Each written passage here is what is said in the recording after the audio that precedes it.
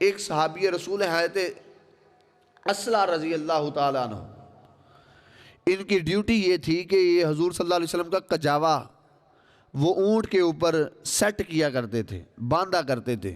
یعنی کجاوا وہ ہوتا ہے جو اونٹ کے اوپر سواری، کوئی چیز گدی رکھی جاتی ہے اس کے اوپر سوار بیٹھ جاتا ہے. حضور صلی اللہ علیہ وسلم کے اونٹ کی یا گھوڑے کی کجاوے کی سیٹنگ کی ذمہ داری حضرت اسلہ رضی اللہ تعالیٰ عنہ کی تھی.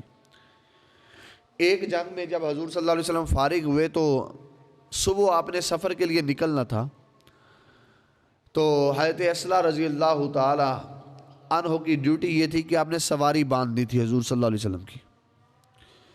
لیکن ہوا یوں کہ جب صبح اٹھے سواری باندھنے کے لیے تو انہیں اطلام ہو گیا، ان پر غسل فرض ہو گیا.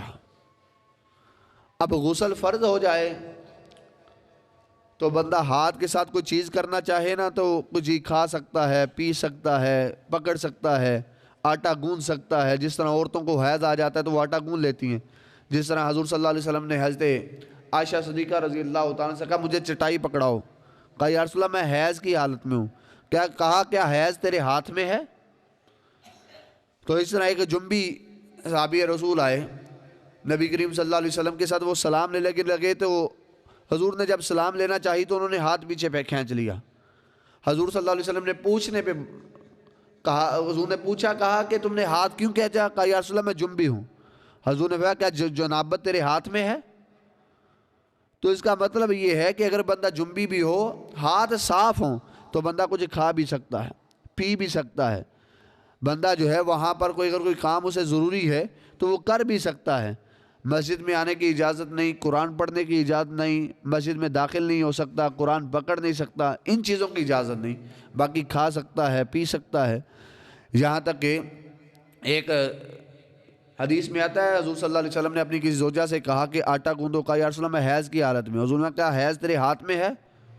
یعنی حیض کی حالت میں عورتیں کام بھی کر سکتی ہیں، آٹا بھی گوندھ سکتی ہیں، روٹی بھی پکا سکتی ہیں، یہ سارا کچھ کر سکتی ہیں. یہ شرعی طور پر کوئی قباحت نہیں ہے.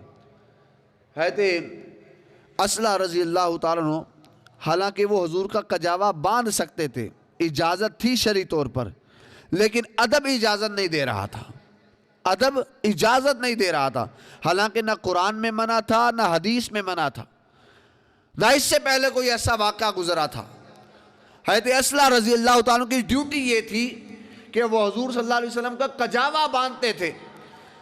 ایک رات جب کجاوا باندھنے کی باری آئی تو آپ حالت جنابت میں تھے. آپ نے ایک انصاری صحابی کو کہا کہ حضور کا کجاوا باندھ دو، میں تمہیں بتاتا ہوں کیسے باندھنا ہے. انہوں نے بتایا کہ یوں یوں کرو، وہ بتاتے گئے، وہ باندھتے گئے. جب باندھ لیا تو حضور صلی اللہ علیہ وسلم نے صبر کرنا شروع کر دیا. حضرت اسلہ رضی اللہ تعالیٰ پیچھے ہی رہے. انہوں نے کیا کیا، پانی بہت زیادہ ٹھنڈا تھا، انہوں نے پانی کسی طریقے سے گرم کیا، گرم کرنے کے بعد غسل کیا، غسل کرنے کے بعد یہ بھی پیچھے مل گئی. جب حضور صلی اللہ علیہ وسلم نے ایک جب پڑاؤ کیا تو کہا حضرت اسلہ کہاں ہے؟ حضرت اسلہ کو بلایا گیا. کہا اسلہ قریب آؤ. کہا آج کجاوا اسی طرح بندھا ہوا نہیں جس طرح تم باندھتے ہو، لگتا ہے کجاوا کسی اور نے باندھا ہے، یہ کجاوا ٹیٹ نہیں ہلتا ہے. جب یہ جملہ کہا تو حضرت اسلہ نے کہا یا رسول اللہ صلی اللہ علیہ وسلم ہاں یہ کجاوا میں نے نہیں باندھا، یہ ایک انصاری صحابی نے باندھا ہے. کہا کیوں؟ کہا اس لیے کہ میں حالت جنابت میں تھا اور میرے ادب نے یہ گوارا نہ کیا کہ حضور کی سواری کا کجاوا ہو اور میں حالت جنابت میں حضور کی سواری کے کجاوے کو ہاتھ لگا دوں. یہ ادب کے منافی تھا، ورنہ میں کر دیتا، میں بے ادب نہ کہیں ہو جاتا. میں نے ادب کا لحاظ رکھتے ہوئے آپ کے کجاوے کو ناپاک ہاتھ نہیں لگایا. تو اس وقت جب یہ منظر گفتگو مصطفیٰ اور غلام کے درمیان ہو رہی تھی، یہ منظر آسمانوں پر خدا دیکھ رہا تھا. اللہ رب العزت نے اسی وقت حضرت جبریل کو حکم دیا. کہا جبریل جاؤ ذات مصطفیٰ کے پاس جا کر کہو کہ تیرے اس صحابی کے اس عمل کی وجہ سے، اس ادب کی وجہ سے اللہ رب العزت نے آج کے بعد تیری امت پر تیمم کو جو ہے وہ جائز قرار دے دیا ہے.